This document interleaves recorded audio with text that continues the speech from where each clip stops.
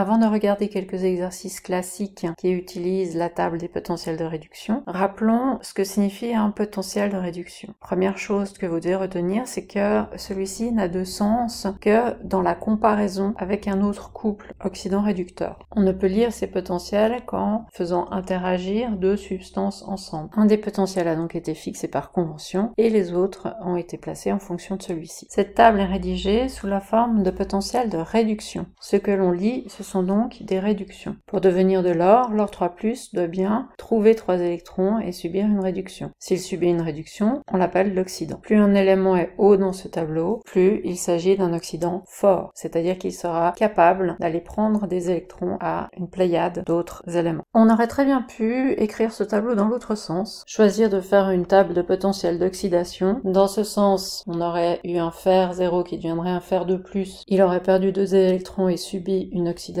il aurait donc été un réducteur, et plus un élément aurait été placé haut dans ce tableau, meilleur réducteur il aurait été. Pour finaliser notre table de la forme d'une table de potentiel d'oxydation, il faudrait encore inverser les potentiels, c'est-à-dire que le moins 3,05 deviendrait 3,05 et le 2,87 tout en bas deviendrait moins 2,87. Ceci signifie donc que je peux lire ce tableau en fait dans les deux sens. Plus on est bas, meilleur réducteur on est. Et si on lit l'équation dans le sens inverse de ce qui est écrit, eh bien on a une équation d'oxydation. Pour qu'une réaction d'oxydation puisse avoir lieu, il faut que j'aie un bon oxydant et un bon réducteur, c'est-à-dire qu'ici, l'or 3+ serait capable de réagir avec le fer. On voit qu'on connaît ce qui serait formé, c'est-à-dire du fer de plus et de l'or. Je n'oublie pas qu'il s'agit d'un échange d'électrons, donc je dois avoir autant d'électrons perdus que gagnés. Lors de la réduction, un atome de chlore a besoin de 3 électrons pour devenir de l'or 0, mais lors de l'oxydation, un atome de fer n'en fournit que 2. Pour avoir autant d'électrons gagnés que perdus, je dois donc prendre 2 atomes d'or pour réagir avec 3 atomes de fer. Cette réaction a lieu spontanément, sans que l'on doive fournir un courant électrique pour la forcer. Cela est possible parce qu'on a un oxydant fort qui réagit avec un réducteur fort. On peut très bien avoir un oxydant légèrement plus fort que le réducteur pour que la réaction ait lieu, mais l'inverse ne sera pas possible. Par exemple, la réaction entre le cuivre plus et le fer de plus ne pourra pas avoir lieu. Spontanément, le cuivre ne sera pas capable d'aller prendre des électrons au fer. On dit parfois qu'il faut être capable de dessiner un gamma, c'est-à-dire de partir en haut à gauche, de descendre en bas à droite, et puis de dire ensuite quels sont les produits formés comme ceci, pour pouvoir dire que la réaction aura lieu spontanément. Dans les cas où je n'ai que 2 substances impliquées pour faire une réaction, je comprends que si celles-ci sont placées de cette façon dans le tableau, la réaction peut avoir lieu, tandis que si elles devaient être placées de cette façon dans le tableau, la réaction ne peut pas avoir lieu. Bien entendu que si j'ai 2 oxydants ou 2 réducteurs, la réaction ne pourra pas non plus avoir lieu. Dans le cas où j'aurais plusieurs substances et plusieurs réactions possibles, prenons ceci par exemple, de l'or 3+ qui serait susceptible de réagir tant avec le cuivre qu'avec le fer, eh bien s'il y a assez d'or, les 2 réactions auront lieu, mais la première qui aura lieu sera celle du fer, puisque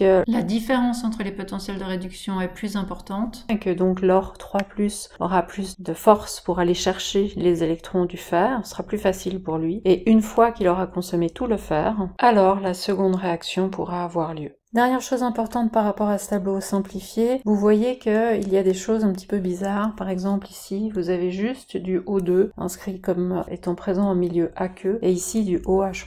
Cela vous servira si on vous donne une équation qui est déjà plus ou moins complète à repérer du O2. Mais vous devrez vérifier dans votre équation qu'il y a aussi présence de H2O, côté dioxygène bien sûr. Pareil pour un cas comme celui-ci, où on vous indique qu'il y a un milieu acide, vous devrez avoir quelque part des ions H+, soit seul, soit dans un composé. Ici, on vous parle d'un milieu basique, ce qui veut dire qu'il devrait y avoir des ions OH- quelque part. À nouveau, soit dans un composé, soit de façon plus évidente sous forme ionique. Et enfin, vous garderez bien en tête que si les métaux sont des substances atomiques, les non-métaux sont, eux, favorablement moléculaires. En l'occurrence, il y a toute une série qu'on vous demande de connaître par cœur, qui sont diatomiques, soit les numéros 1, 7, 8, 9 du tableau périodique, ainsi que ce qui se trouve sous le 9. Pour les autres corps purs simples moléculaires qui se trouvent ici on vous donnera la formule lorsque on vous parlera d'eux. Par contre, pour ceux qui sont diatomiques, on les donne pas forcément, et soyez attentifs car dans certaines tables, ce sera pas écrit F2, mais par exemple F0. C'est donc bien à vous de savoir que le fluor dans la nature, sous la forme de corps pur simple, c'est-à-dire de fluor 0, n'est jamais tout seul, mais est diatomique. Et si par hasard on vous demande d'écrire la réaction entre le corps pur simple du fluor et le corps pur simple du lithium, qui est tout à fait possible vu qu'on peut ici représenter notre fameux gamma, il ne faudra pas vous contenter d'écrire ceci, même si a priori les coefficients stoïchiométriques sont de 1 pour 1 effectivement, mais F n'existe pas dans la nature sous cette forme, il existe sous la forme de F2, ce qui m'oblige à prendre donc 2 fluor et en conséquence 2 lithium pour respecter qu'il y ait autant d'électrons perdus que gagnés. Plus élégant, les ions, je peux les placer sous la forme d'un composé ionique, et donc écrire LiF au lieu de Li+,